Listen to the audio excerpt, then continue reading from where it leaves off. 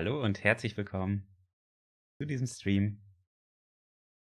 Ich hoffe, es funktioniert alles, aber müsste eigentlich. Ich habe jetzt erstmal den Chat hier eingeblendet in der Mitte. Noch hier meine Maus sehen.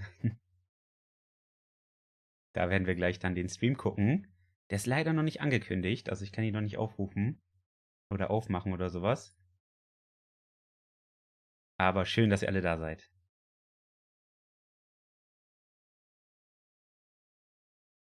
Bin bestens vorbereitet, kaltes Getränk, alles am Start. Ich muss gleich noch einmal kurz AFK, bevor es losgeht. Aber das kriegen wir alles hin. Ihr könnt euch sogar jetzt selbst durchrattern sehen im Stream. Ist das nicht nice? Vielleicht lasse ich den auch die ganze Zeit eingeblendet. Können wir den an die Seite gleich packen oder so. Aber ich glaube, das lenkt eher ab. Deswegen, nur wenn wir gerade nichts gucken oder so, können wir ja den Chat einblenden. Ist, glaube ich, nicht schlecht. Hi, Radagast. Na, wie geht's? Lang nicht gesehen. Warst du beim Friseur? Selbst gemacht. Timo, moin moin. Doris, hallo. Felix, hallo. Lukas, hallo. Raptor, hallo. Pinio, schön, dass du da bist. Wann kommt JWE 2? Ich denke im späten Herbst bis Winterzeit. Also ich denke eigentlich so Oktober, November. Das sind so meine Guesses. Aber das ist alles nur Vermutung. Es haben auch schon welche gesagt, dass es am 31.12. rauskommen soll, weil das auf einer Seite stand. Aber das ist halt Quatsch. Am 31.12. kommt kein Spiel raus. Direkt nach dem Weihnachtsgeschäft, das ist wirtschaftlich Schwachsinn. Also das würden die niemals machen. Wird keine Firma der Welt machen. Ups, habt ihr jetzt gerade. Ich muss ja aufpassen, was ich tue. Ich das hier gleich alles kaputt mache. Und das ist hier irgendwie alles ein bisschen anders heute. So. Aber das klappt ganz gut. Ich möchte es jetzt schon spielen, ja, nicht nur du. Na, Kröti? Schöne Grüße aus dem Urlaub. Genießt den Urlaub. Schöne Grüße zurück. Was ist eigentlich mit Prehistoric Kingdom? Vermutlich, heute ist der 30. Wie viele Tage hat der Monat? 31. Vermutlich am Sonntag gibt es ein Video dazu. Weil immer am Ende des Monats kommt der monatliche Devlog und dazu mache ich eigentlich immer ein Video. Und dann werden wir informiert, wie da der Stand der Dinge ist. Da bin ich auch sehr gespannt. Ich hoffe, dass da die Beta bald kommt und es dann nicht mehr so verbuggt ist, weil das ist momentan die Sache, warum ich da nicht weiterbaue, weil man sehr oft das Spiel neu laden muss und sowas. Es ist schon echt anstrengend teilweise. Aber naja, so ist das. Auf einer Skala von 1 bis 10, wie gehypt bist du auf JWE 2? 8. Ich habe aber noch ein wenig schlechte Hintergedanken dabei. Aber die werden eigentlich mit allem, was ich sehe, ein bisschen besser. Also ich glaube, wir werden sehr zufrieden sein können später mit dem Spiel. Zumindest bis jetzt. Du bist in den Unterfranken Bayern. Oh, nice. In Bayern war ich noch nie. Glaubst du, der Scorpius Rex wird dabei sein? Ich glaube nicht, nee. Ich glaube, es wurde auch schon mal geschrieben auf Social Media von einem Mitarbeiter von JWE 2 oder von JWE, dass Camp Kreidezeit Inhalte nicht dabei sind. Wenn mich nicht alles täuscht. Dankeschön, Miri, dass du so fleißig bist. Hallo, Di. Timo macht ja nichts. Bis zum nächsten Mal. So, 54. Besser ist es, mein Reich hier. Siehst du, deswegen gehe ich da schon nicht hin. Da muss ich so gestalten wie dich sehen. Kein Grund, nach Bayern zu gehen. So, wann ist denn jetzt hier die Ankündigung mal? Mensch, Mensch, Mensch. Wir können ja schon mal so einen kleinen Test machen. Ich mache mal eben ein Video auf. Gucken mal, ob das hier alles klappt, ja? Wir machen mal das letzte Video auf von JWE. Das ist doch ein guter Plan, oder? Moment. Blende ich mal kurz den Chat aus. Jetzt das Video rein. Sieht doch gut aus. Das sieht doch sehr gut aus. Tontest. Lautstärke schon mal regeln. Gucken wir mal. Hi, I'm Rich Newbold, Game Director on Jurassic World Evolution 2. I'm here to show you today a closer look at the game, including our realistic dinosaurs, enhanced creativity and deeper management. Aber das werde ich dann gleich auch installieren. Aber funktioniert alles. Ich mache es jetzt mal einfach ganz leise und lasse nebenbei laufen ein bisschen. Ich denke, das stört keinen. So. Können wir noch mal ein bisschen was sehen von JWE? Alles funktioniert super, das ist schön. Hallo Jenny übrigens. Habe ich das schon gesagt? Ich weiß es nicht.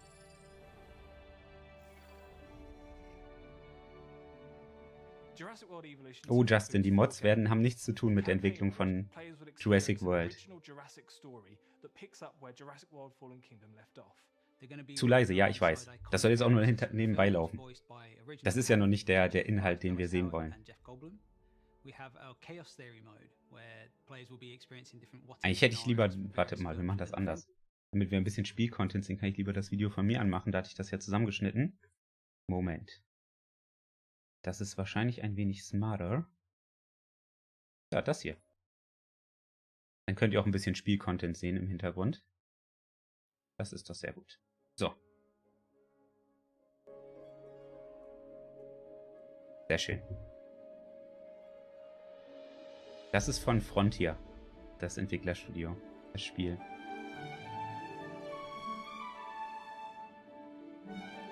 Man kann Clips erstellen. Ich weiß nicht, wie es funktioniert. Kannst du gerne ausprobieren, Kröti. Wir werden übrigens heute auch etwas neuen Content bekommen.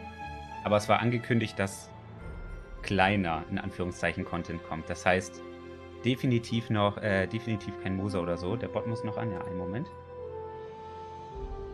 Das mache ich mal eben.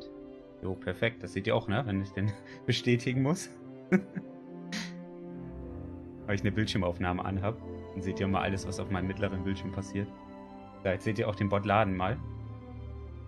So lange braucht er immer, der Frechdachs. Mein Lieblingsdino ist Glumanda, alles klar. So, Bot ist an. Perfekt. Kannst du das Video ein bisschen leiser machen? Ja. Mit den Lautstärken, da müsst ihr mir sowieso helfen.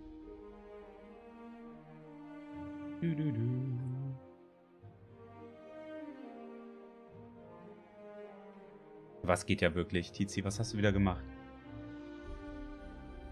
Mein Lieblingsdino, das ist der Triceratops. Definitiv. Lauter ist ja nur die Musik, Leute. Alles gut. Ich glaube, wir werden uns heute sehr viel streiten, was lauter, leiser und so angeht. Da bin ich mir ziemlich sicher. Aber wir finden gleich schon eine Lösung. Ich bin tatsächlich noch verschlafen. Ich habe mich vorhin nochmal hingelegt, ein bisschen gechillt. So, machen wir das mal wieder zu.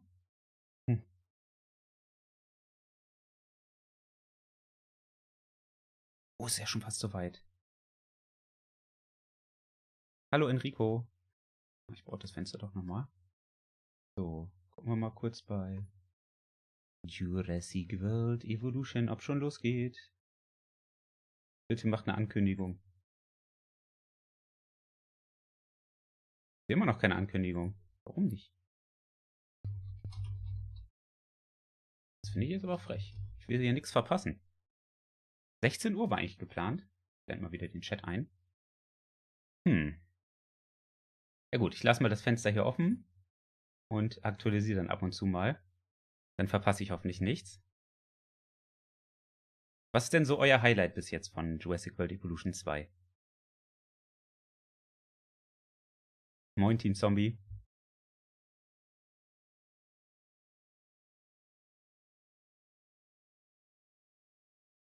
Hypercool drauf habe ich gerade schon erklärt. Das ist nur ein Platzhalterdatum tatsächlich.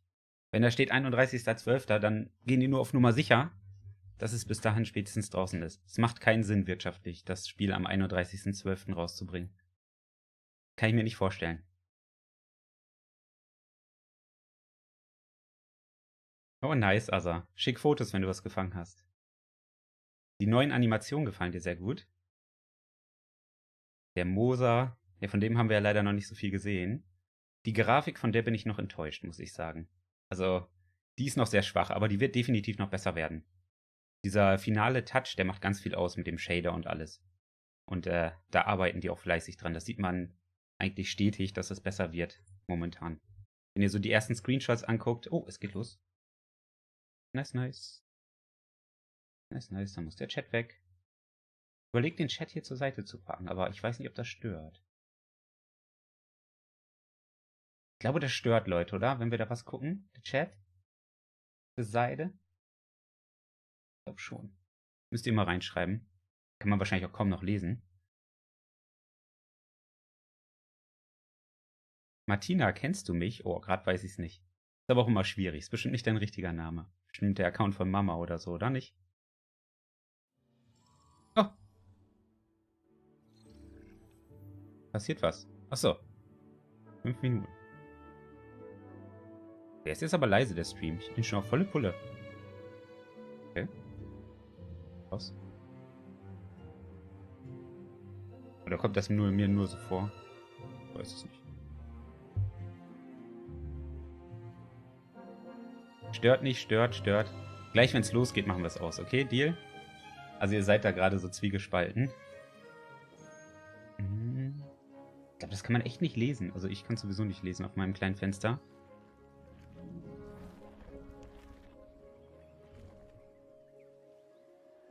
Schaut da übrigens vorbei, ne? Das ist der Originalstream, den wir gerade gucken. Und ganz wichtig, geht da hin und drückt auf diesen Knopf. Ne? Bei Jurassic World auf dem Kanal von YouTube. Können ja mal die Mods eben den Originalstream in den Chat schreiben. Das wäre nett. Habe ich ganz vergessen, in die Videobeschreibung zu packen. Mache ich gleich noch. Kann ich mir auch jetzt mal eben kopieren. Moment. Ich bin ja gerade hier am Start. Noch Zeit. So.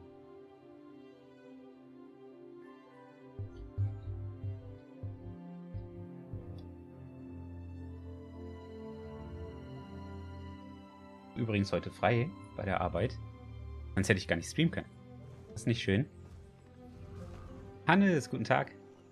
Hab's jetzt in die Videobeschreibung gepackt. 100 Likes, dankeschön. Lasst eine Nachricht im Chat da, dann kriegt ihr gleich einen Punktebonus.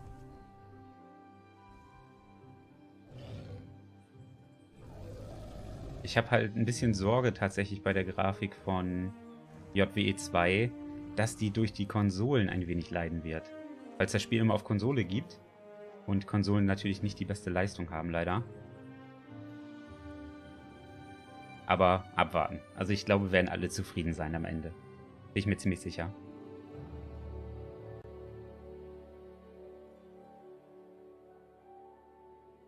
Die Grafik wird schon, ja, definitiv. Hab jetzt beide Streams an, noch besser.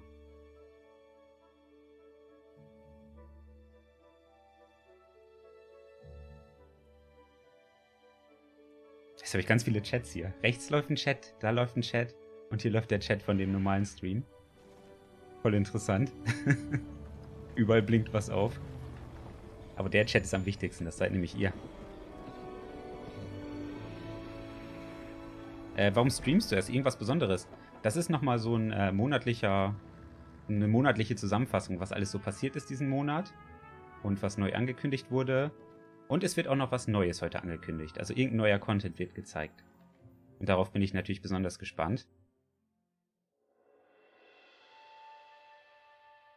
Ich habe nur eine Konsole, wo ich es spielen kann.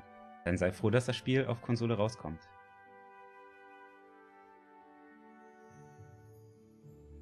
Ende diesen Jahres, Tobias.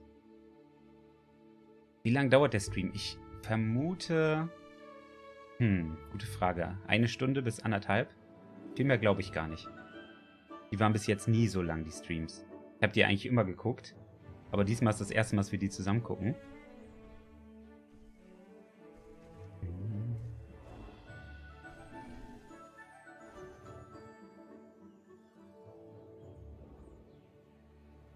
Ich bräuchte jetzt auch nur noch so Chips oder so, dann wäre es perfekt. Kühlen Eistee habe ich. Aber dann würde ich die ganze Zeit knistern, das wäre nicht so angenehm für euch.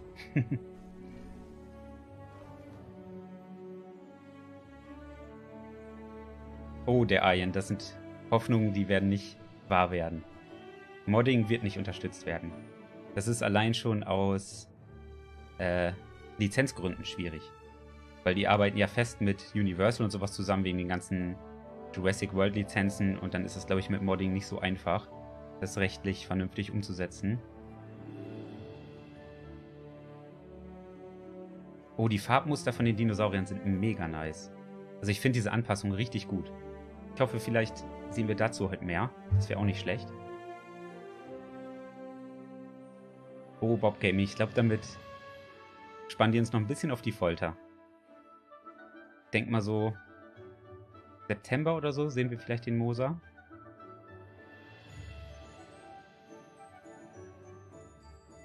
Kanistergeräusche kennen wir ja schon aus Phasmo. Was für Kanistergeräusche?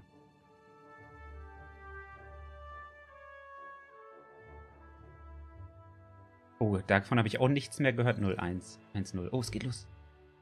Mach den Chat aus. Hello, everyone, and welcome back to another monthly highlights stream for Jurassic World Evolution 2. I am your humble host, Jens-Erik Wolle, part of the community team here at Frontier Developments. It is great to be back here again with you from our amazing streaming room. And if we've done our jobs right and we've set all these cameras right, we should be a lot brighter and a lot better looking than I think last time around. So it's been a great month of a lot of amazing announcements and a lot of amazing news about Jurassic World Evolution 2. And that's what we are here to talk about today. If you're just joining us for these streams, they're essentially a recap of everything we've announced, everything we've revealed for the past month, and we also get to talk a bit about some of the people working on Jurassic World Evolution 2 behind the scenes. We get to talk to some of the devs, hear some stories. And, Leute, ihr lernt doch alle Englisch in der Schule, oder nicht? You'll get to see some video footage, Ab der some dritten Klasse oder sowas? Oder erste Klasse? Ich weiß es nicht. Maybe some gameplay, maybe there's a few surprises here and there, who's to say. I think there's one small surprise new thing that we're going to show you here today, which we've already teased on our social channels. But I'm not going to do it alone. Of course, I am joined by someone, at least I'm joined by two people. We're going to bring in one first and then another one later. So first up, let me introduce to you the amazing Orson Adsoy. You're right, chat. How's it going? Everyone good? Producer on Jurassic World Evolution 2. Yeah, Orson, why don't you introduce yourself? Yeah, sure. I'm Orson, funnily enough. I am the producer in charge of basically every aspect of dinosaurs. So from the creation of the dinosaurs, from concepting into creation of the art, into rigging them, animation, as well as AI and behaviors and stuff like that. Alles gut, Leute. Wenn wichtige Sachen kommen, dann übersetze ich das schon, für die, die kein Englisch können. So gut wie ich es zumindest kann. Jetzt gerade ist eh noch nicht so spannend, deswegen laber ich auch mal dazwischen. Soll ich das dann eigentlich ein bisschen leiser machen, wenn ich dazwischen rede? Nö, ne? Passt eigentlich.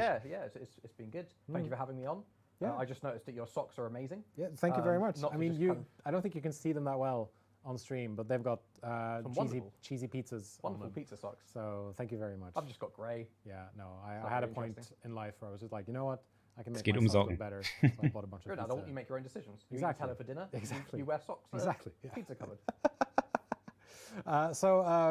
Yes, as producer and as the sort of dinosaur producer, we sort of call you, at least some of us call you sort of the dinosaur wrangler,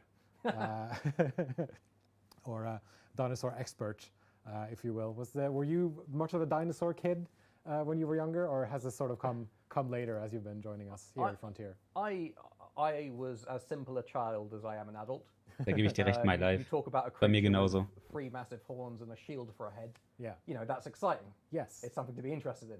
Giant thing that can kind of eat things with a single bite. Fantastic. Wonderful. Yeah. Massive footprints, So yeah, I love my dinosaurs. I love the kind of the more typical kind of crude aspect of them. The angry T-Rex and like, oh, here's a creature that's literally born with spines all the way down its back that stick out. I mean, those things are cool, right? Yeah. So yeah, no, I was into my dinosaurs. Had my dinosaur toys, my little plastic toys, which ich auch. hold dear in our heart. Of course, I think I still have some of mine. Ich habe die auch noch. Parents' house somewhere. I think they might be in the basement now, but they're still around. They're still around. But yeah, I think that's what brings us all here. It's the love of dinosaur and the love of the Jurassic World and Jurassic Park franchise. Very much so. I want to talk a bit about, we're going to talk about the dinosaurs, of course, but we're going to get to know you a little bit as well. Sure, you want to just do a solid 30 minutes on me. Everyone's really excited about the dinosaurs, just don't even bring them up. Yeah, it's only going to be, it's all Orson from here on out. No, of course not. Some of the dinosaurs we revealed so far, there's been some of them. Do you have a favorite? Is there anything that sort of stands out to you? Of the ones we've announced so far, I guess that you probably don't want me suddenly naming off a load that we haven't. Preferably. Nervous laughter. Yeah, though, Ciliophysis, I'm pretty fond of, honestly. It's a cute little thing, but it's also very aggressive, and I'm kind of I just kind of like the feeling on it. The lad who created it. Dankeschön, Lenny. Job on it as well. Yeah, like the dinosaur itself looks fantastic. Mega viele Likes, freue ich mich. Animation and rigging. Vergesst nicht zu liken, auch hier beim Originalstream, Leute. Ne? Lasst da auch ein Like da. Das ist der Kanal. Ist auch in der Videobeschreibung. Nicht vergessen. But it has that opportunistic aggression that you expect to see in something like that. Yeah. And also just the kind of coloring on it. It looks quite beautiful. I know we've only seen limited imagery of it so far, but you know it's a great looking dinosaur. Although definitely, and some of the stuff that we've seen in the species. Definitiv der Drogeriemarkt. Sky Velo. It's a dinosaur that sort of pops, even though it's smaller than a lot of the other stuff that we've seen. Yeah. Like it stands out quite a lot with the coloration. Die reden nur, die werden heute viel reden, ja. Wir werden da auch gleich viel rüber reden, wenn es uns zu langweilig wird. Keine Sorge. Weil jetzt gerade ist auch nur Vorstellungsrunde, also so krass ist es jetzt nicht, wenn man da unbedingt zuhören muss. I think there's a lot of behavioral stuff that. So obviously, when I joined the company, one of the first things I did was play a lot of NEUER. Sorry, I've used the internet name. Play a lot of JW. Cut his microphone. Let's just. Oh, I've already lost my microphone. I expected to say worse stuff than that first.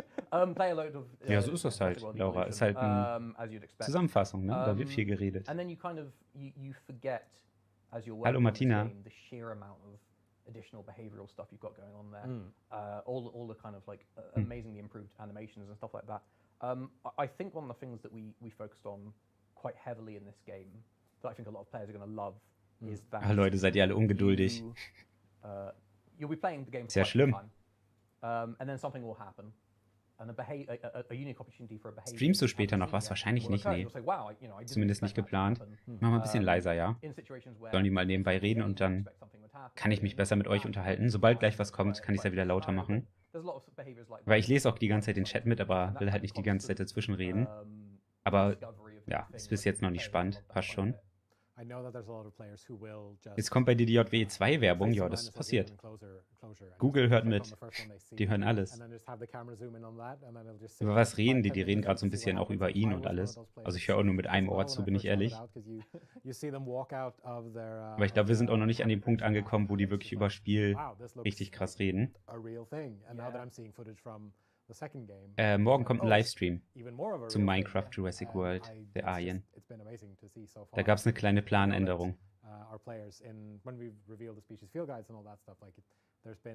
Alles klar, Kröti, lass dir schmecken. Ende diesen Jahres wird das Spiel released. Mach Untertitel an. Oh, das ist eine gute Idee. Geht denn das hier nochmal? Es gibt keine Untertitel beim Stream, oder was? Aber es ist ein anderer.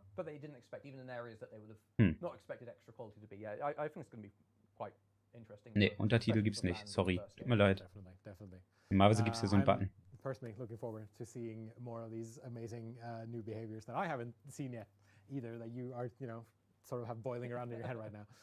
But yeah, so today, along with Orchin, we're going to be discussing the Brachiosaurus, we're going to be discussing the Coelophysis and the Stegosaurus species field guides. We're going to show you some B-roll as well.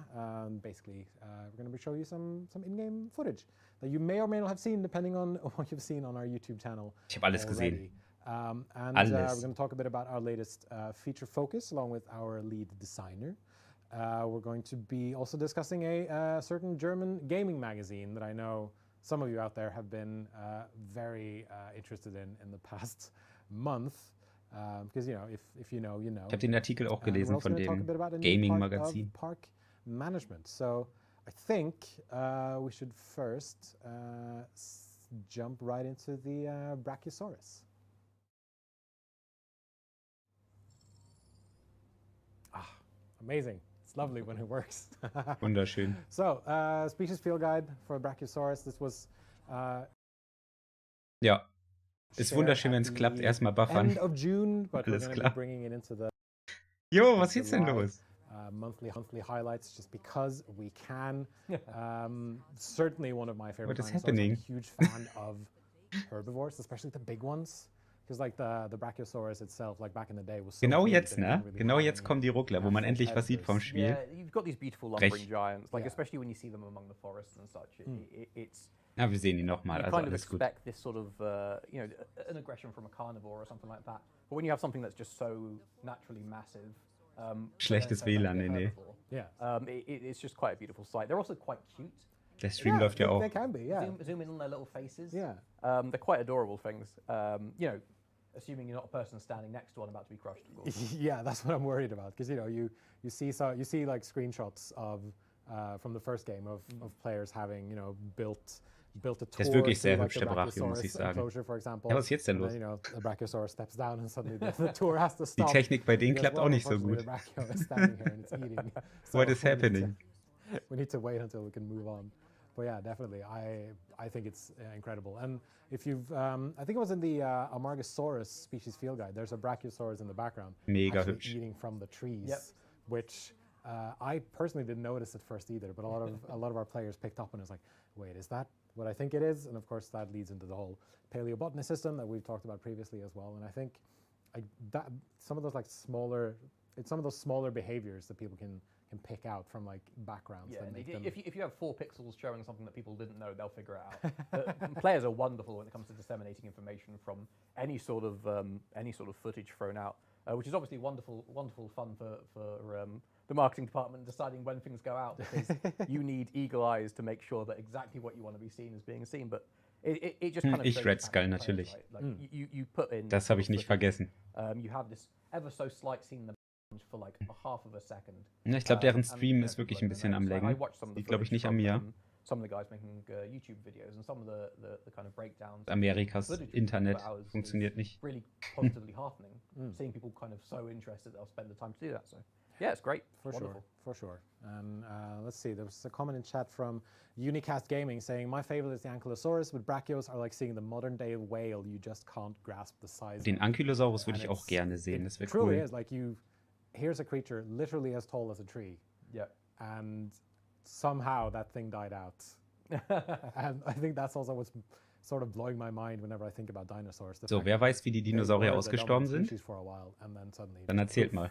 They're gone. Yeah, I mean, their size was their downfall, I believe, in a number of the theories of how it all happened. Yes, because I even read one that said like they had to consume so many calories that they couldn't really move much. They mostly just stood there. They ate, and then they maybe moved a few meters sort of down the path, ate some more, moved a few meters, ate some more. Constant consumption, especially as a Man weiß es nicht. Meteorit. It's very difficult to turn plant matter into energy, and so they were constantly eating. Yeah. But on the upside, you're at Wegen home, ihren maybe I'll have Fürzen. an extension built into my house.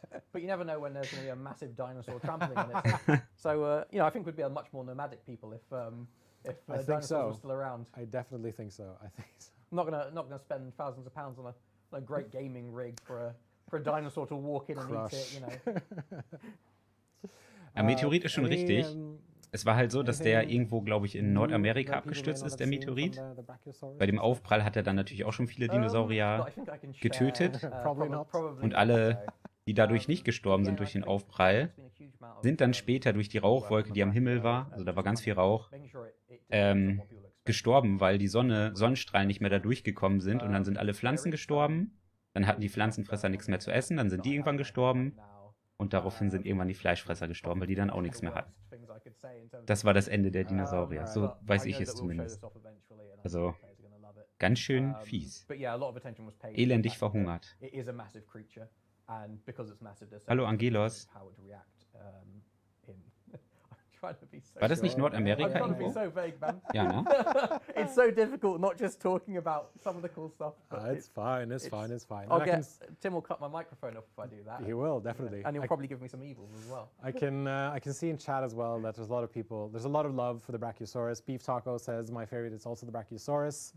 You released the species field guide on my birthday. Thank you. Well, nice. Happy belated birthday to Beef Taco. Ich liebe den Brachio auch, der ist toll. May you be a great and powerful, long-living beef taco. Exactly. Kesh Game says, I love the Brachio so much, my favorite herbivore. And it's, yes, a lot of love for the herbivores in the chat. So we're going to go from the top of the trees a little closer to the ground. And I think we can talk a bit about the Coeliophysis. Yeah. Here we der ist auch cool. I love it. I love these production values. It's amazing. Sorry, I can't help but call it out. I just think it looks great.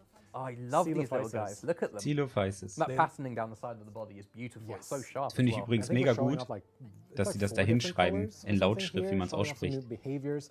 That jump attack, the first time I saw it, I felt like a little squeal build up inside me because I knew, oh, like players are gonna love seeing that stuff. There's some pretty strong stuff like Quatsch, that. Savage. Strong, goat hunting animations among others. It's just such a sharp looking dinosaur. I mean, it shows off just how high fidelity our dinosaurs are now compared to JWE1. And they still looked good in the first game. We've just sort of... They've always looked great, right? We've cranked it up even further. Yeah, but we're really able to kind of, especially on the tools that we already Ist der Coelophysis aus der Triaszeit? Oh, krass. Triaszeit ist doch die Zeit, die am längsten her ist, oder nicht? Oh, nice. Ich hab's mal ein bisschen leiser gemacht, ne? Weil die reden eigentlich echt nicht über wichtige Infos gerade. Das ist alles ganz entspannt. Können wir auch darüber reden. Yeah, indeed, where they're kind of nipping about each other. Yeah, indeed. And I looked up some tiny facts about the Coelophysis. It's the first new dinosaur that we announced for. Trias ist die älteste, genau. Trias, Jura, Kreide ist, glaube ich, die Reihenfolge, ne? Kreide ist, glaube ich, die neueste. Und deshalb gibt es, glaube ich, auch die meisten Fossilienfunde aus der Kreidezeit, weil es halt am kürzesten her ist. Oder nicht? Ich glaube schon. Oh, nice, Martina. Ich habe auch mal eine coole Doku gesehen über das Aussterben der Dinosaurier. Ich weiß leider nicht mehr, wie die hieß. Die war aber sehr interessant.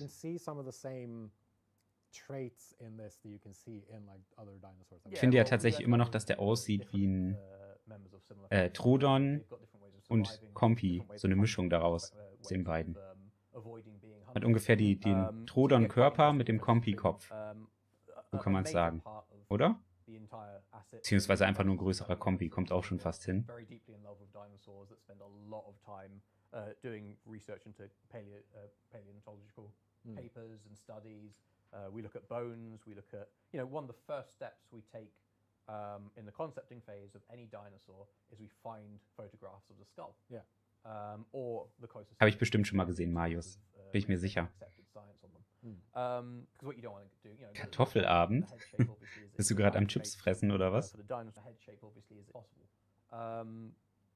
Ja, Eva stimmt hier nicht. Manchmal zuckt das. Habt ihr das gesehen? Als wenn das Internet bei denen schlecht ist. Ganz, ganz seltsam. Hallo, Velo.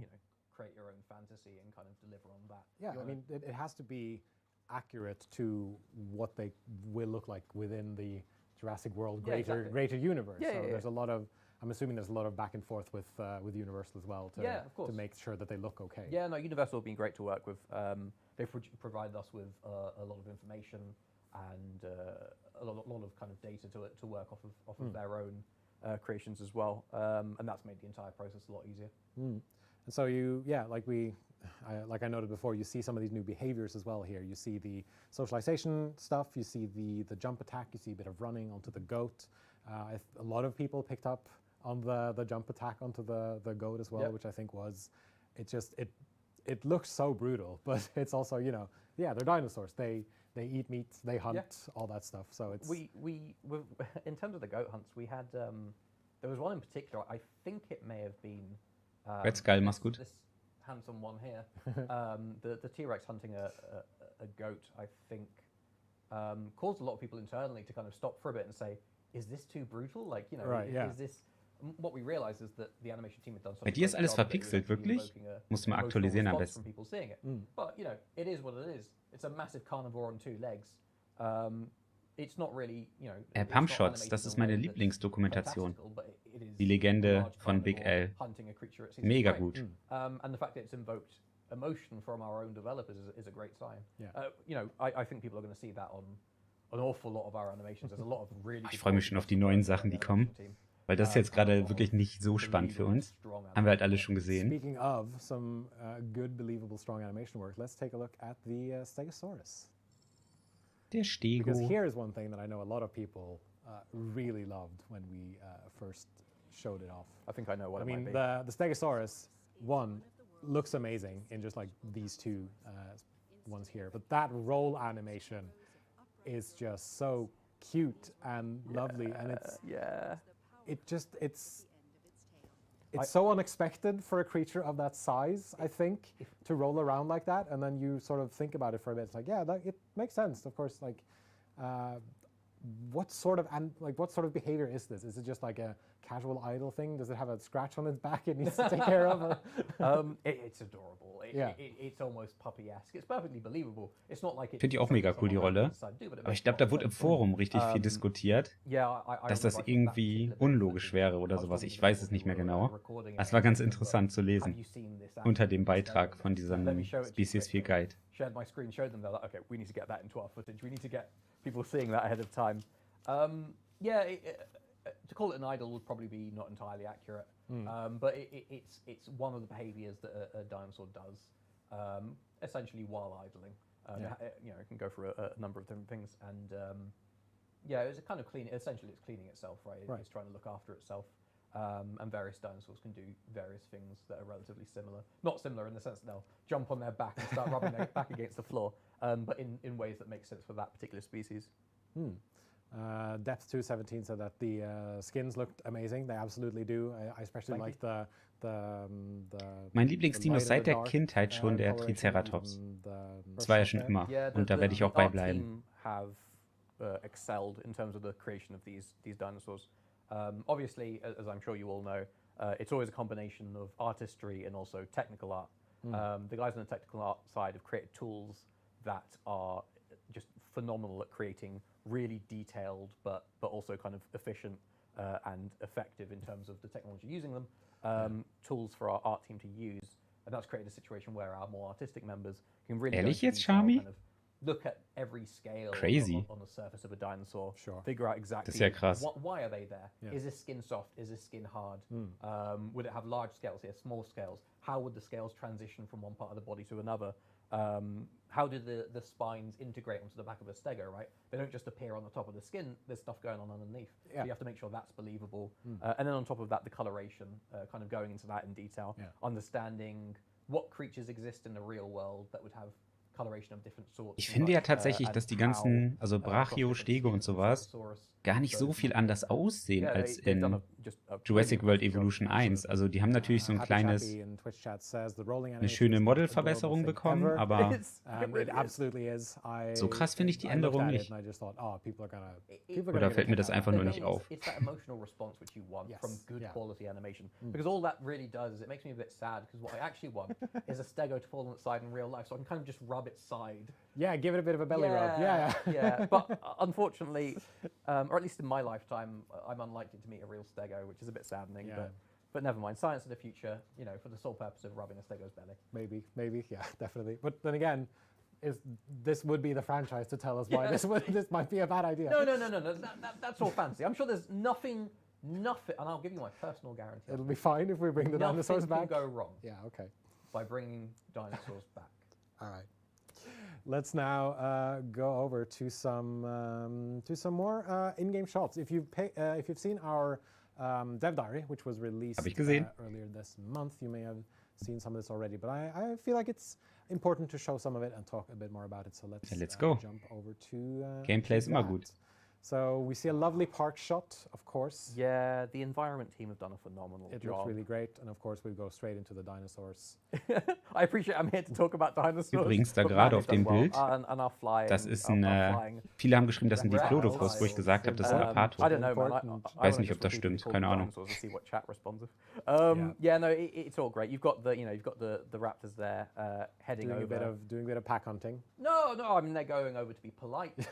There's no. Give him a bit of a cuddle. Yeah, no ill intent there. They're going to go hang out, look a couple of silly fighters. It's a very peaceful game. It would be terrible. We would never want. Well, see, they're socializing. Yeah, it's just a bit. Das ist so cool, dass die gegeneinander kämpfen, die Pflanzenfresser. Yeah. That's what friends do. They sometimes mess about with each other. Yeah, I don't know.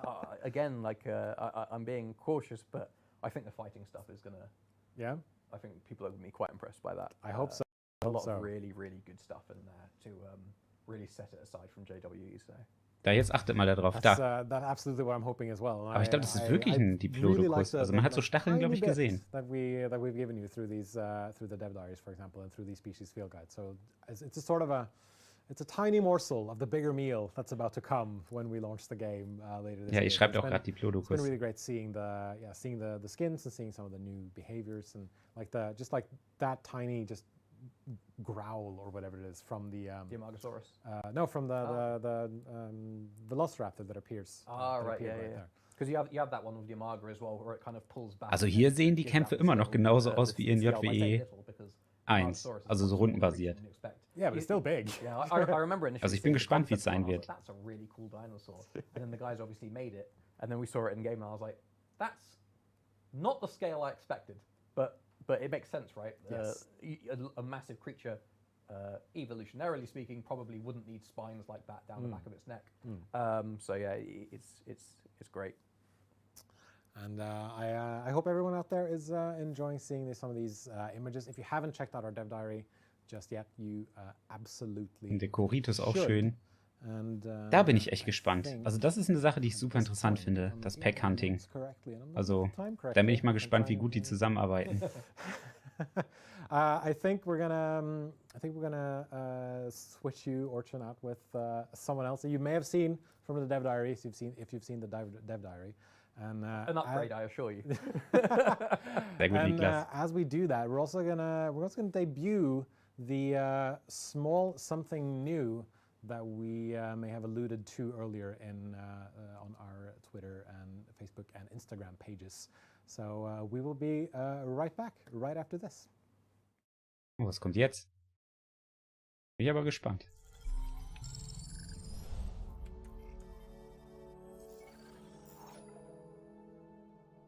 Good park managers know that creating and caring for prehistoric animals takes not only financial backing, but the greatest scientific minds available. Scientists are a new addition to your park teams. They each have specific skills that influence the outcome of tasks such as fossil extraction, incubation, and dinosaur welfare. Keeping your scientists well trained and monitoring their stress levels will ensure tasks are completed quickly and allow for the smooth running of your park. An unhappy scientist could lead to dire consequences. Baryonyx haben wir gesehen. War da noch was Neues an Dinos? Baryonyx hat man auf jeden Fall gesehen. Ah, krass. Direkt neuer Content. And we're back. Wasn't that great? That was your quick introduction to Scientists. Mega gut. A new game mechanic that we're bringing in for Jurassic World Evolution 2. And I'm joined on the couch by Jim Stimson, lead designer on Jurassic Jetzt müssen wir gut zuhören. Indeed, Did yeah. I get the title right now? Yes, yeah, I am Great. lead designer indeed. Because I got the title for Rich wrong the last time, so I needed to get it right this time. Yeah, he won't take that well. No, he didn't. So, yeah, Jim, why don't you introduce yourself? So yeah, I'm lead designer on this fantastic game.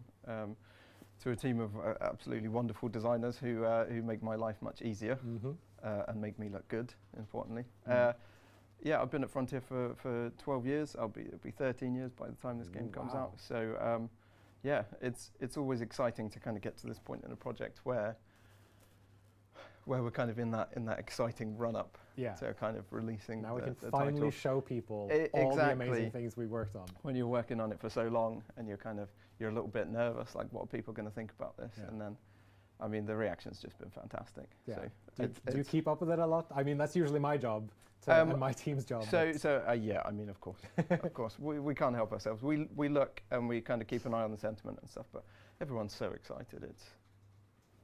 It's been a real lift for me personally and for the team. You know, it really helps us get to the finishing line and put in that extra effort. I bet.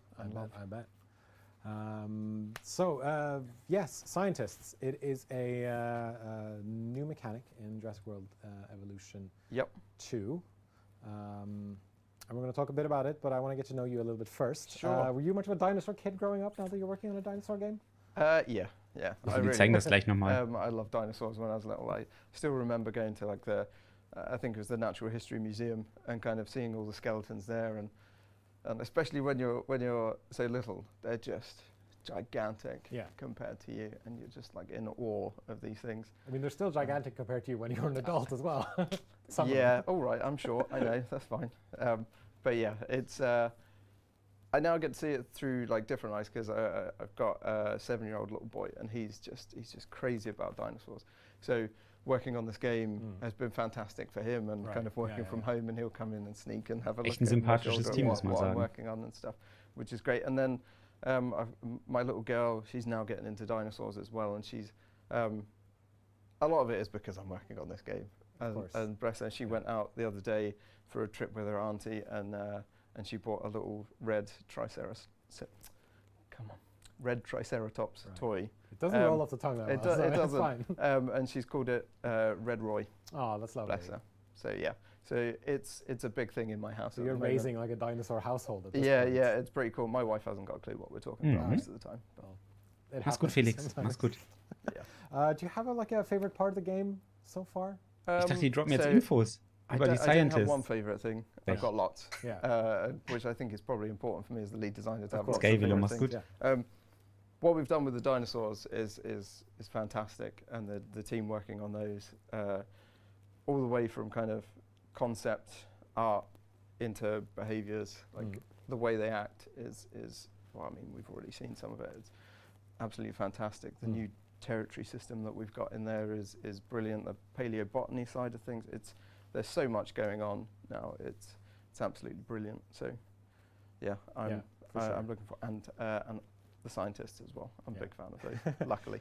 We've also got a lot of dino kids in chat. Lucas says, I was a dino kid 20 years ago. I'm a dino kid now. Isaac Kraken says, dinosaurs are the best. All my emotes are dinos. So there's... Wir haben Knusper-Dinos, Emotes. Like I said before, that's why we're all here. And das sind die Dinos, I keep die seeing wir haben. YouTube chat over there saying that marine reptiles are cancelled. They are not. There will be marine reptiles in Jurassic World Evolution 2. We've talked about it quite a bit. And we also have that thing in the species field guides. Ja, zeig doch mal den Moser. But we're not here to talk about that. We're here to talk about the Ich will ihn sehen. Beweise. So yeah, they're a part of the deeper park management systems that we're introducing in Jurassic World Evolution 2. What do they do for you as you're running Stabiler Bizeps übrigens. Well, they do lots of things for you. Now I've got to try and remember these. There's 6 things. There is research, expeditions, fossil extraction, synthesizing, incubation, and healing. All right. So they do a lot of things for you in the park. They're really important. Part of the game and how you manage your parks. So everything that has to do with just keeping things running at a sort of decent pace, I guess. In progress, they are an incredibly key part of the game. Yeah, right. Definitely. And there's a lot of balance to be had with. Meint ihr, jetzt kommt noch mehr, was wir noch nicht kennen? Which ones you hire, ja, die Waden sind auch krass, definitiv. Also ich glaube, das war schon an neuen Content. Ich weiß es aber nicht. Was schätzt ihr? Da war ja auch schon wieder Spannendes zu sehen. Also ich würde es gerne nochmal sehen, muss ich sagen. Right, definitely. So how do you go about hiring scientists? I'm assuming it's not just... I'm assuming there's a list somewhere, a hiring sheet, but I'm guessing there's more than just that. So you're able to go, we've got a scientist management page. You can go in there. You'll be able to see the scientists that you have. You'll see kind of empty slots where you can click on, and then that will take you into a page where you can kind of scroll through different scientists available to you, have a look at what their skills are, have a look at what their traits are, have a look at how much they cost, and try and make an informed decision on what's best for your Danke, Miri. That's good. Right. And can you have as many as you want of them? Is there like a set number that you can hire at a given time, or? So that there is an upper limit. Oh, Andreas, das weiß ich nicht. Kind of what you are limited by is the staff center. Right. So if you want to have more scientists, you need to build more staff centers. And you can put upgrades on those as well. And kind of the biggest factor though is money, because they're not cheap. No, they of course are. not. They I are mean, very. You know, they've studied for a long time. Yeah. They're experts in their field. Yeah. You've got to pay them the big bucks. I just imagine if we have any academics in chat, just like sort of shaking their heads at us, saying that scientists are expensive. But, so I mean, when you're working with bringing dinosaurs back to life using DNA gathered from their fossils. Yeah. I'm sure that's a very specialized study. It's a very specialized person you would have to be. Yeah. So you can probably name your price if you want to be hired somewhere. Yeah, I interessant. think that's fair. Yeah. Also das mit den Wissenschaftlern wird wirklich spannend werden, glaube ich. So yeah, as you said, they need to be they might need to be trained as well, because like you would want to hire someone and then maybe keep them for a bit and maybe improve their skills. Yeah. So we've got 3 different skill types for a scientist, which are logistics, genetics, and welfare. And they can have a different number of skill points in each of those. Yeah. And what you're able to do is you're able to do research, which unlocks extra points that you can then give them. And what you can do is you can have a look at, maybe making them a specialist in one of those 3 skill areas, or you can make them kind of more of a generalist. And it's important to have that balance there in order to be able to, not slow yourself down at any one point in the game. Right. Tipper a Fish in Twitch chat says, if I just give my scientists fun for Uber Eats, they'll stay happy. I wish it was that interessant, easy. Ne? Das ist wirklich interessant. Also die haben dann so 3 Skillstufen auch. They need a bit of rest, oder 3, I assume, because they get a bit of stress wie nennt sich das? Fähigkeiten, when you ne? place them into tasks. Hat er gerade gesagt. Each task, they get one bit of stress. Wir gucken uns das gleich mal ein bisschen anders an. The more work you do, the more stressed out you get. Mit Bildern. You can also relate to that, I think. Yeah, exactly. And the scientists have their limits, and once they get to that point, you need to rest them, and you can do that through the staff center and the scientist management page. And if you choose not to, because there are times when there's a good reason to not rest them, they can become burnt out. Right. And if you carry on using your scientists while they're burnt out, then I won't go into too much detail, but bad things can happen. You may have, like the story of Dennis Nedry may have. Exactly. Sabotagen kennen wir auch schon aus Jurassic World 1. I assume. Yes, most definitely. Yeah, it's a key part of the Jurassic experience. So. Geoscythe in chat asks if the pool of base science stat, is that RNG when you acquire them?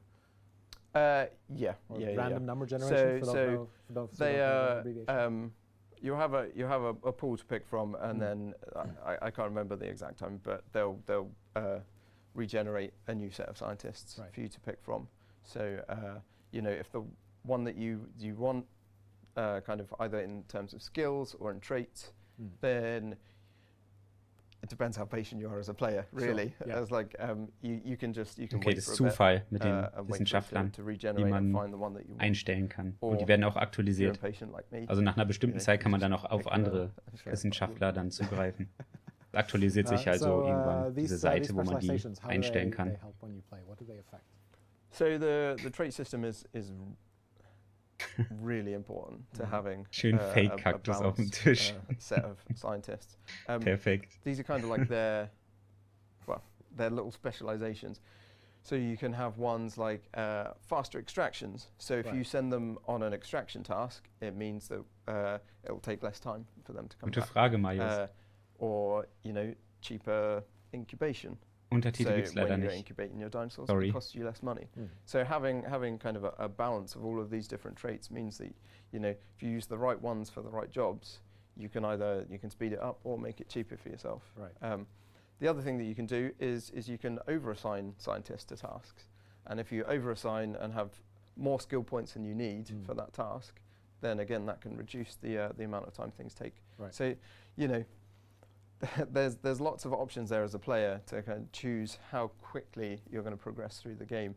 But obviously, if you're going to give them more tasks, they need to rest more often. Of course. Das ist echt interessant. Is it then possible, because there's these different skills and different expertises that you have, is it possible, for example, to have sort of one scientist who's really good at something make up for a larger group who are not as good at that thing, for example? Yeah, definitely. I'm trying not to say specific numbers because I know the numbers are a bit up in the air. That's fine.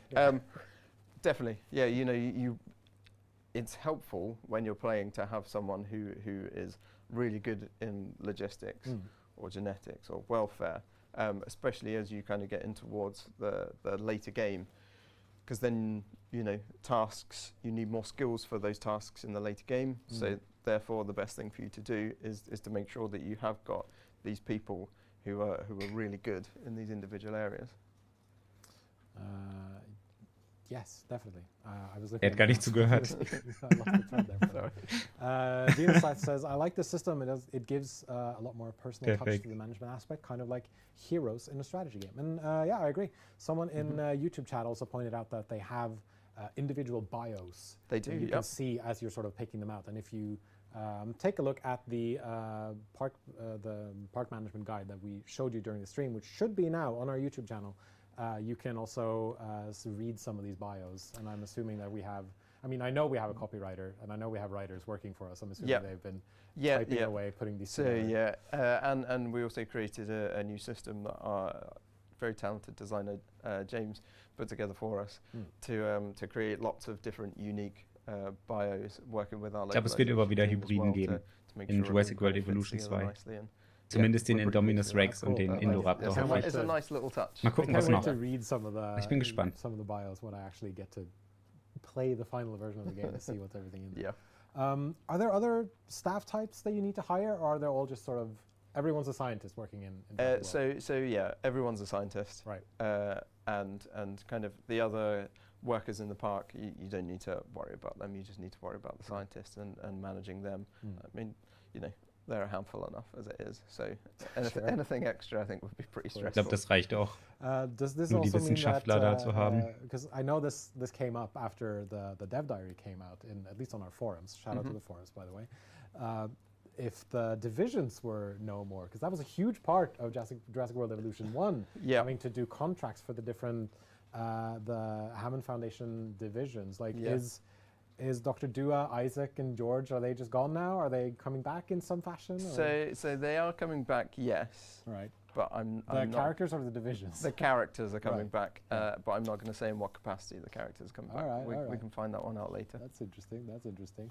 So you heard it here. Not only is, I mean, you heard it here last time. They're safe. It's okay. You heard it here last time. Not only is Cabot Finch coming back, but Dr. Dua, Isaac, and George all safe and making it in. Das ist sehr gut. Back at his best as well. Yes, I've heard some of the. Cabot Finch mit seinen komischen Sprüchen immer. Really der geldgeile Sack. All right, I think I'm going to see if there's any scientist questions in chat. Happy Chappy says, "I want to hire the scientist with the most tragic backstory and give them a good and stress-free job at my park." I mean, you can do that. It might cost you a bit to put them into rest all the time, but definitely. Yeah, I don't think it'd be that stress-free working at a park with dinosaurs that could we've break seen out. The movies. Yeah, exactly. We've seen the movies. Do scientists cure diseases? You touched on this a little bit. They do work with. The Release Date gibt's noch nicht. Ende des Jahres. Yeah. So we've got a Oktober bis Dezember kannst du rechnen ungefähr. Get injured, and when that happens, you need to transport them to the paleomedical facility, and then scientists will go in and fix them up. Oh, ihr seid so bescheuert im Chat. Soggy Bagman asks, does training scientists increase their salary? I assume it does. Yes, yeah. So the more skilled they are, the more money they cost, and so again, it's one of those important things in any management game is trying not to expand too quickly and make them too expensive. But again, it's a balance between you could have a few very skilled scientists, or you could have many kind of lower skilled scientists, and it's that balance that you have to strike as a player to make sure you keep making your money. Let's see if there are any other questions that we can try to answer. Well, Zero Do 10, I think it's how you pronounce that. What can stressed out scientists do to your park? We sort of alluded to it earlier, and if you watch the video, like it can lead to some dire consequences. Just watch Jurassic Park. I think that's probably. You have to be very careful. You know, things like sabotage were so important in Jurassic World Evolution, and that is a very important part of kind of the Jurassic universe experience, I guess.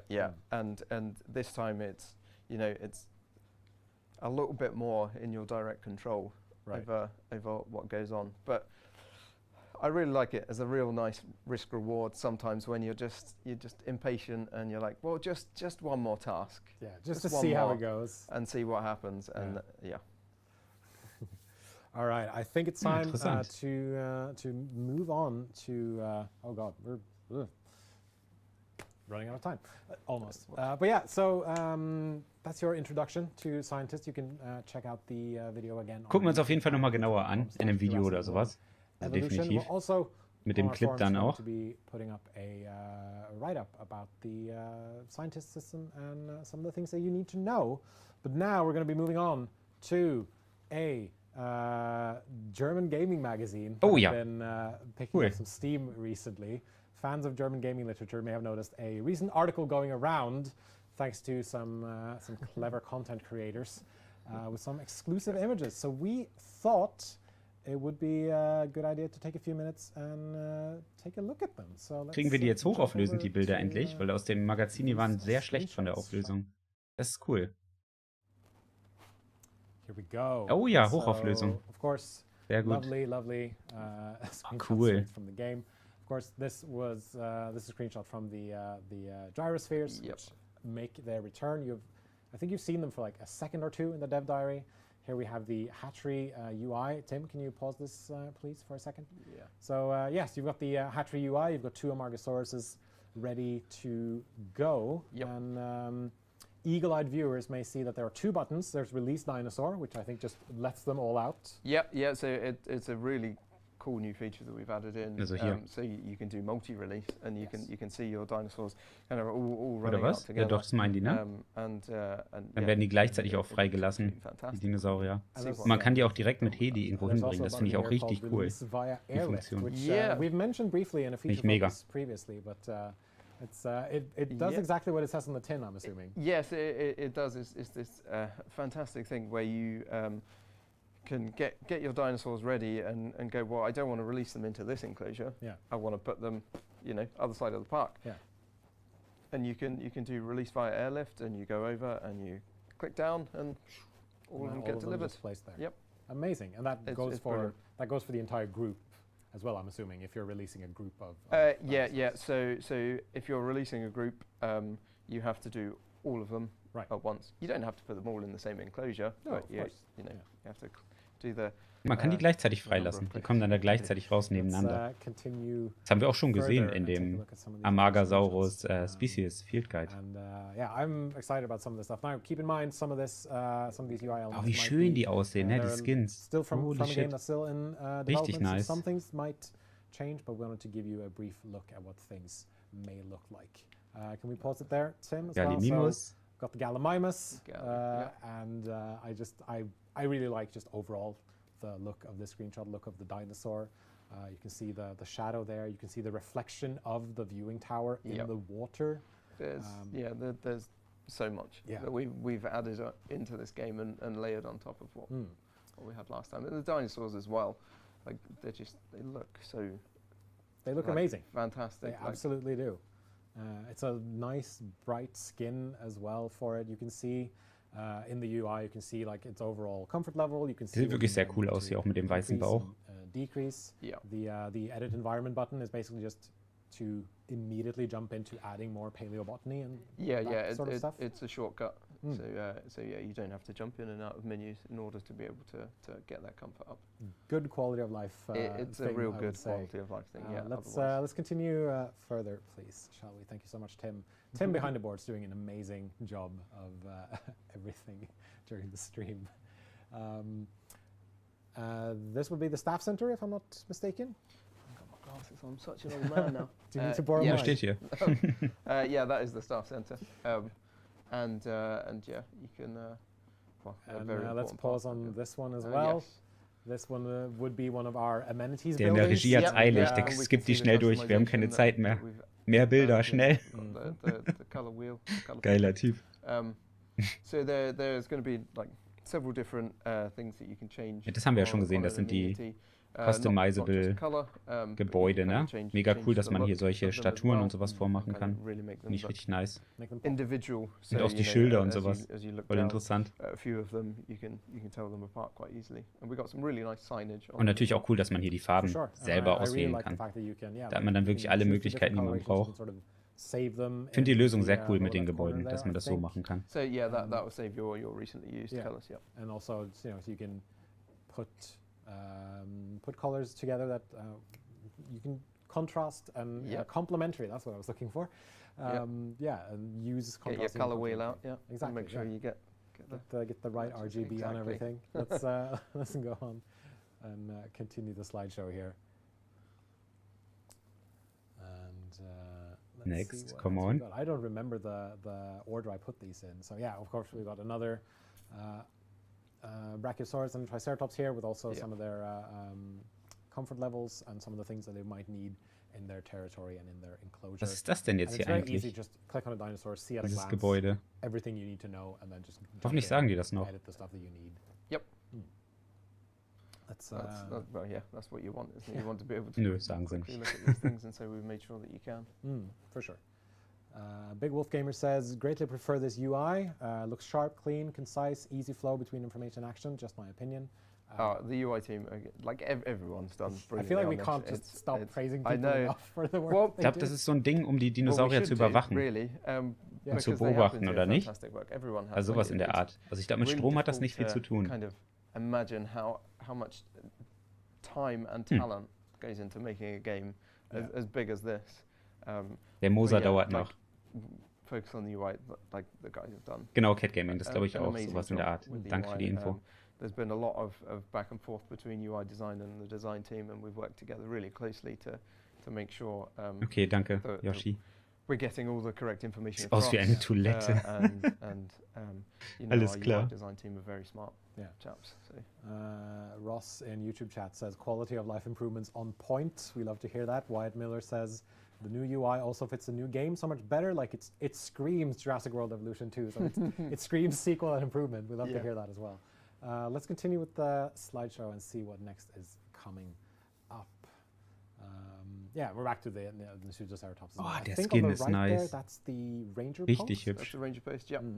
Which then the Rangers link up to be able to see what all the dinosaurs Yeah, so you are. can assign your Ranger team to a Ranger post. And jetzt sagen die kind of das. gives them a point of contact to kind of go to say, you know, I'm not sure how much I'm allowed to talk about. We've said that they link up to it just to see like dinosaur comfort and how the dinosaurs are doing. Okay, die Ranger fahren dann dahin und können dann die Dinosaurier überwachen. Also wie wir gerade vermutet hatten. Speaking of some of Dafür the sind diese Stationen. stuff that we talked about as well, there was once when these screenshots were published in Games Actuel, there were a lot of people wondering. Simski, und vielen Dank. I think it was almost the very bottom of the UI there. Just above the demolish button. Which, if you're just above the demolish button. If you're wondering what that looked like, it's a helicopter with a tiny box underneath it. I think it's a helicopter with some arrows on it. Yes. That is the new place for transport teams. So again, this is quality of life improvement. So whoever that was in the chat. Oh, dieser Skin ist so nice. Das sieht richtig cool what aus, we kind oder? of looked at from a design point of view is Mega schön. to match the gameplay that we've added into this. It's much easier and faster as a player to be able to go onto that side menu to be able to move your dinosaurs around rather than having to go kind of through the response facility like we did in Jurassic World Evolution. So it speeds things up massively. And Die zwei Männer sind gerade live, ja. Ist unten in der Videobeschreibung oder Streambeschreibung. Off it goes. Schau da am besten vorbei und lass ein Like da. Habe ich auch gemacht. Streamlined. Amazing stuff. Awesome. So there you have it. People who wondered, and I know there were a lot of you who wondered what that button was, and now you know. It's for transporting dinosaurs. All right. Habe ich mir schon gedacht, dass der Knopf dafür we ist. can talk a little bit about. Oh, schade, das war schon. With our feature focuses, we released a feature focus. Yeah, we've got enough time. We released a feature focus earlier this week about challenge mode and sandbox mode, which I personally love sandbox mode. Love just going in and making sure that my dinosaurs are always comfortable. They are der war ja nicht so spannend, ne? Der Feature Focus. They never die. Habt ihr den gesehen? And then I can just build a Habe ich auch ein Video zu gemacht. that in however style and fashion I want. Are you a sandbox mode guy or a challenge mode guy? I'm definitely a challenge mode guy. Yeah, definitely. I like the difficulty in Sandbox. there. Yeah, and being able Was seid ihr? So we've got 4 difficulties. Yeah. Same as Jurassic World Evolution, easy, medium, hard, and Jurassic. Yep. You know, Jurassic being really quite testing. Yes. Schreibt alle was in Chat, Gruppenpunkte bei uns. Danke. Yes, Danke, danke. So, you know, it was such a big success in the last game. It's like we have to bring it back. But we also need to improve on things, and so that's why we've introduced conditions this time. What conditions are? Ehre, they're Bastian, kind of like Ehre. these little stipulations Team Sandbox, in each level that mean that we may restrict you sehr gut. in certain ways. You So, may Punktebonus only be allowed kommt. to do a few Vielen Dank für die Likes. things, and the reason why we've added that in is so when you go and play a level, you have to kind of think about things in a different way. There's not one kind of set strategy that you can use to beat all of them. And then also kind of as you up the difficulty, Team Sandmann, there'll be more conditions Sandbox, as well. So Sandbox. things do get harder. Alle Sandbox, It's not just sehr a matter gut. of, what was it, pumping out compies and just sort of hoping for the best and see if they can generate enough income for Irgendwie you. hoffe ich gerade noch auf so einen Abschluss. Get to 5 stars. Species Profile oder sowas, das wäre schön. But yeah, so glaub's aber you're nicht. in challenge mode, you'll still be working towards reaching 5 stars, but then I think the idea is to make it more sort of bespoke per level and bespoke per difficulty. Yes, yeah, definitely. We've still got part-times in there as well on top of that. It's just trying to keep it interesting, trying to make things feel different and varied, and hopefully the players enjoy it. Yeah. And Sandbox Mode, of course, will be pretty familiar for people who played the first game. You pick a map, and then you've got your open-ended gameplay right there. And then from the menu, you can pick and choose a bunch of different options of what you want to turn on, what to turn off. And then you can build your perfect park, essentially. And all the game's maps are playable in Sandbox Mode. That includes levels from Chaos Theory and from Challenge Mode. So there's going to be a lot to play around with, I think. And I think das finde ich mega interessant, dass man die Chaos Theory Level auch spielen kann im Sandbox. Da bin ich echt gespannt, welche wir da so haben werden aus dem Film. So I think we're going to see some amazing screenshots and like flyover videos and everything. Yeah, there is going to be some fantastic things. Yeah, definitely. And but yeah, and also for Sandbox Mode, if you haven't read the article, we should also mention that things for Sandbox Mode need to be unlocked in the other modes by researching it, but then once it's researched, boom, you have it in Sandbox Mode. And we also, we'll start you off with like a small group of basic items in Sandbox Mode, but then everything else needs to be researched. Yeah, we give you enough to get by. From the beginning, but you know, it's but like I Ich will alles haben im Sandbox-Modus. Wenn ich Sandbox starte, dann will ich alles bauen können. Das finde ich immer doof, wenn man Sachen freischalten muss, wirklich. Bin ich kein Fan von. Okay. I think we're just about the end of our hour here. I'm going to turn this around because that means that I've gone through all my notes.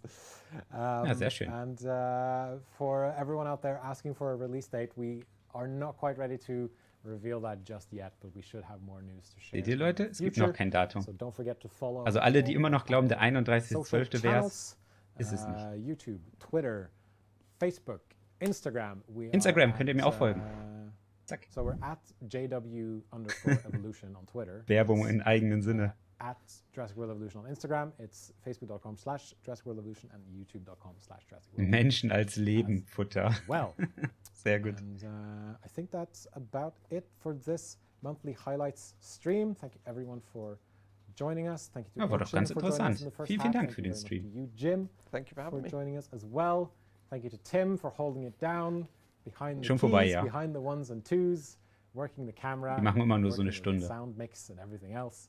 Thank you to everyone out there in chat for watching and for sharing your questions and for just Kommt noch was? Ich glaube nicht, oder? Dann Das spule ich jetzt zurück, weil ich will das nochmal sehen, das neue Gameplay. The hour goes by really, really quickly. And of course, thank you so much to our lovely mod team. Heather G, of course, I've seen. And I think I saw Aramis Meint ihr, there da kommt as noch was? well. And of course to Eltanen from the Dankeschön, Jenny. Also for keeping up moderation. So ein Ding hier, was für Instagram, das habe ich auch für Discord. Habe ich nur noch nicht eingefügt. Month at the end of August with another monthly highlights stream, and of course keep your eyes peeled to all of our social channels for any and all official Schade, schade, schade. Ich hätte gerne noch mehr gesehen. Aber wir haben wieder einiges Neues zu Gesicht bekommen. See you next time. Goodbye. Peace out. Ja, danke auch schon mal an euch fürs Zuschauen. Das war doch ganz interessant und nett. Also ich finde die Livestreams von JWE immer sehr entspannt. Ich muss mal kurz was nachgucken, Leute. Dann analysieren wir gleich nochmal kurz diesen neuen Clip da. Ich habe, glaube ich, meine Donations nämlich verkackt hier in dieser Szene. Ich hoffe, es hat keiner gespendet. Dann tut es mir sehr leid, dann werde ich es gleich nochmal einblenden. Upsi. Das habe ich natürlich nicht mehr getestet. Nee, ist alles gut, okay. Ja, dann passt es ja. Dann ist es ganz gut, dass ihr es nicht gemacht habt. So. Am besten jetzt auch nicht mehr machen, weil ich habe es in der Szene nicht eingerichtet. Also wird da nicht angezeigt dementsprechend. So, jetzt spulen wir nochmal zurück. Kann ich das noch? Ja. Okay. Wo war das Gameplay?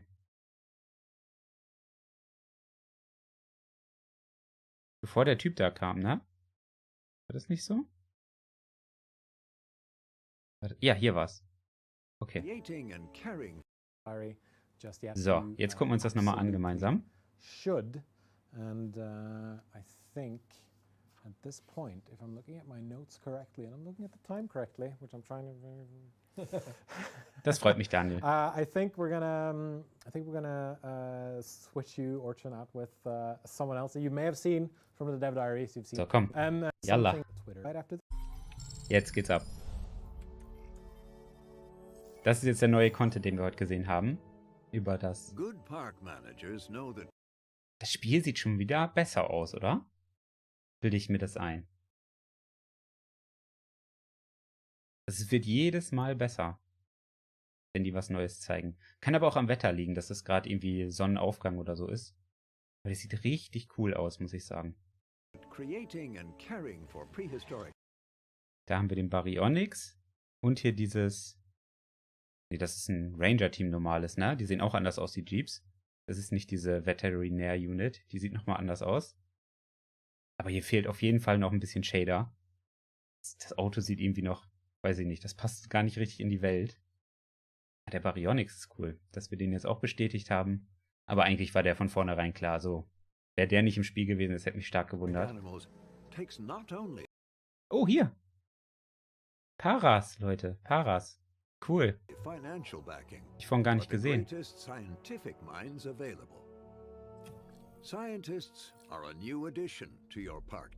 Genau, das sind jetzt hier die Wissenschaftler. Und das sind die 3 Skills oder Dinger, die haben. Logistics, Genetics und Welfare. They each have specific skills that influence the outcome of tasks such as fossil extraction, incubation and dinosaur. Genau, und hier diese Verbesserungssachen haben die da noch. Jeder hat halt so einen besonderen Skill, den er mitbringt. Ganz interessant. Da kann man dann zum Beispiel günstiger Dinosaurier ausbrüten bei der hier oder, was nehmen wir da noch? Günstiger, ja, wie heißt das? Fossilien gewinnen. Keeping your scientists well trained and monitoring their stress levels will ensure tasks are completed quickly and allow for the smooth. Aber das habe ich jetzt noch nicht so ganz verstanden, ne? Ist es dann so, dass ich die einstelle und dann weise ich die bestimmten Gebäuden zu, oder wie funktioniert das? Wisst ihr das? Hat der Barry Federn? Sah nicht so aus, nee. Also hier sieht das ja so aus, also man kann die ja irgendwie auswählen und dann, wie funktioniert das dann? Da bin ich mir noch ein bisschen unsicher. Hat man hier noch irgendwas? Nee, ich glaube nicht. Kein neuer Dino oder so.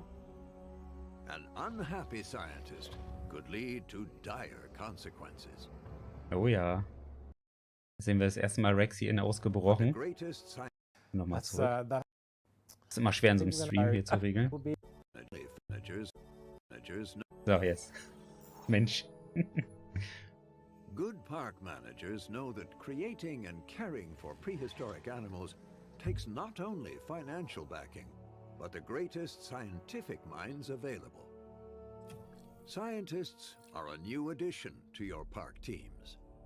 They each have specific skills that influence the outcome of tasks such as fossil extraction, incubation, and dinosaur welfare. Oh, warte mal. Guck mal, wie teuer das ist, Leute, wenn man die ausruhen lassen will. Man hat ja hier diese Stressleiste und wenn die voll ist, muss man die ausruhen lassen. Das kostet einfach 60.000. Holy shit. Wie viele Wissenschaftler wird man denn dann haben? Okay, das wird, glaube ich, ganz schön krass werden alles.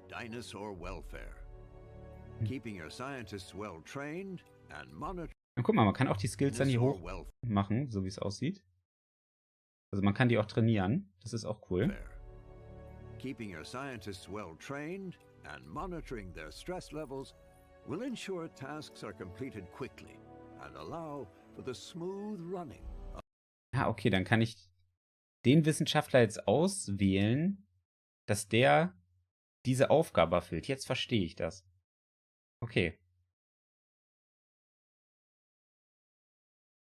Ah, okay, das ist jetzt, der erforscht jetzt eine Ausgrabungsstätte, so wie es aussieht. Das ist ja interessant, okay. Das heißt, man stellt die Wissenschaftler ein und kann dann bestimmten Wissenschaftlern bestimmte Aufgaben zuweisen. So funktioniert das.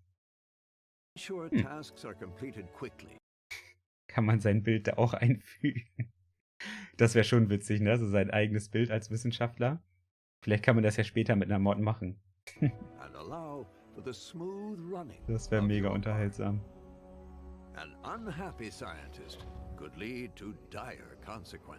Machst du noch ein Video dazu? Bestimmt. Bestimmt. Ich weiß nicht, ob ich es heute noch schaffe. Vielleicht morgen. Okay, nochmal. Die Landschaft sieht so cool aus. Ich finde das so nice mit diesen großen Seen. Das ist mal was ganz anderes. Richtig nice aus. Aber leider ist es immer irgendwie derselbe Park, ne? Den haben wir schon ganz, ganz oft gesehen, nur aus verschiedenen Perspektiven und bei verschiedenen Tageszeiten. Schade, schade. Ich würde gerne mal was Neues sehen. Vielleicht nochmal ein drittes Biom oder so wäre cool. Guck mal, wie nice das ist mit den Berglandschaften hier hinten. Diese riesigen Seen. Ich bin da echt gespannt, was man alles bebauen kann. Was denkt ihr denn? Also ich könnte mir vorstellen, dass alles, was hier so ist, vor dem See, dass man das alles so bebauen kann. Wobei hier bin ich mir unsicher, wie weit man gehen kann mit den Bergen. Doch, es muss eigentlich gehen. Also ich denke mal, dass man auch hier oben rauf kann. Ich hoffe. Weil es soll ja viel, viel mehr Platz jetzt geben zum Bauen. Sieht aber heftig aus. Das muss man einfach sagen. Guck auf die Felsentextur. Meinst du die hier? Oder was? Also das Spiel wird von Mal zu Mal schöner. Das muss man sagen. Also die arbeiten da dran. Hier fällt es halt direkt auf, das Auto passt noch nicht ins Spiel. Da muss auch noch dran gearbeitet werden. Die ganzen Spiegelungen und sowas, das sieht irgendwie noch komisch aus. Aber der Baryonyx hat keine Federn. Ich weiß nicht, wo du da Federn gesehen hast, aber ich sehe da nichts. Das Wasser sieht schon sehr schön aus. Und der Para. Aber ganz ehrlich, der Para war auch schon bestätigt eigentlich. Also, wäre der Para nicht im Spiel gewesen, das hätte mich so hart gewundert. Deswegen, also es sind jetzt keine krassen Überraschungen, genau wie der Baryonyx. Da war ich mir schon von vornherein sicher, dass die definitiv im Spiel sein werden. Und groß anders als im ersten Teil sehen die auch nicht aus. Muss man auch sagen. Na gut, das haben wir jetzt gesehen, ne? Ist auch ganz cool. Ja, und mit diesem schönen Bild, Leute, ich denke mal, wir haben jetzt alles gesehen. War ein cooler Stream. Mit diesem schönen Bild möchte ich mich verabschieden. Vielen Dank für über 200 Likes. Ich hoffe, das Ganze hat euch Spaß gemacht. Falls ja, dann dürft ihr gerne abonnieren, falls ihr es noch nicht getan habt. Ich wünsche euch jetzt noch einen schönen Tag. Ciao.